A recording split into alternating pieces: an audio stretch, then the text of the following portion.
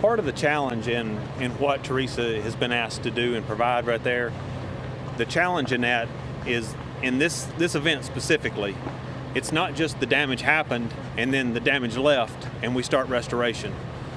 Behind the 2020 derecho that hit, the tornado before it, once that event passed, it was normal weather, normal driving conditions, normal access.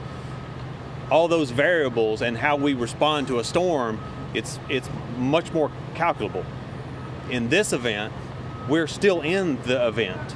We can't drive to the places we would normally drive. We can't access the places we would normally access. Just you guys walking around right here, y'all can't get from your cars to here without pausing. Our guys are working in this every day. It is a huge challenge for our line workers to give you how long this event will take. We're having to dig our infrastructure out from under trees that's froze to the ground. It is a slow process, and it's hard for us to judge and gauge the exact number on that. So I don't want to speak for Teresa, and she's working on that, but it is a challenge for us to project that off of our history because this is unlike anything we've ever experienced. So I just don't want that to be lost. And God bless the linemen that are out here and working. 100%. We know they are working so diligently. I think there's just a lot of reports that NES leadership has turned away contractors, and can you please address that? Can I say just one thing? Can I just say one thing about that?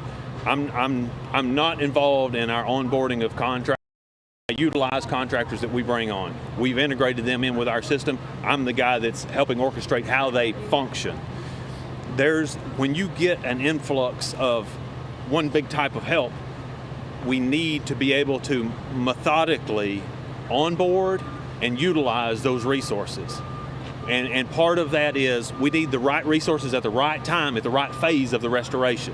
When you can give me all of the line workers in the country, but if I can't work methodically through our system and be able to control the energy, hazardous energy control was one of the terms that was thrown out earlier, and we talked about how we do that.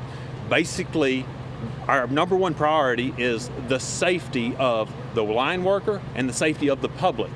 We have to control the high voltage energy so that we don't create an additional hazard.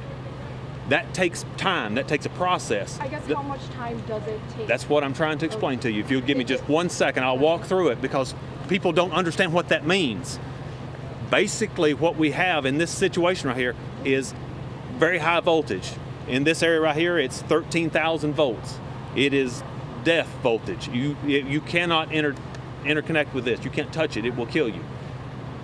We have to create a zone, a safety zone. I have a tree that's brought the wire down to the level where we're all walking around. That's a hazard. For me to isolate that, I have to make a separation. The pole behind you has got flags on it. I create a separation. I create a bubble for these guys here to work in. That's our hold order and caution order process to create a clearance. That clearance means that I have nothing that is energized in the workspace for a customer to come out and interface with, for my line worker to interface with. Once I've created that zone, now I can input workers and make the repairs and give it back. The process of working a zone like that is where we interface with system control. They control that area of power. The line worker crew, when they show up, this is in layman's terms, basically checks out from system control this zone. In that zone, they work. That creates a safe space for them to control all energy so that I do not endanger a line worker or the general public. Once they complete that repair, they turn the control of that back over to the system, and it gets reintegrated in the system like a patch. That way I don't have two people trying to energize the same thing.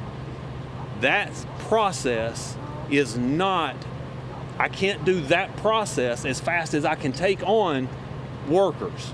So as those workers come on, it's kind of like if I'm building a house. This is the best analogy I can give you. I'm building a house, and I'm in the framing stage of building a house, and you start throwing skilled craft workers at me, cabinet guys, flooring guys.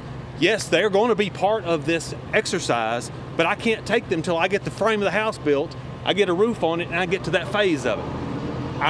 We are trying to mitigate that and onboard and utilize all of these resources. It has to be done methodically for the safety of our workers, the safety of our customers, the entire system, the stability of the system. If we have an energization that we don't control, we have an electrocution, that's unacceptable. Not having power for our customers, that is why we exist. We are working toward that as quickly as we can. We are utilizing the tools as quickly as we can onboard and put them into place. You were just listening to NES officials address the ongoing outages in Davidson County. While they don't have them now, they said they will have restoration times for customers soon. NES has restored 160,000 customers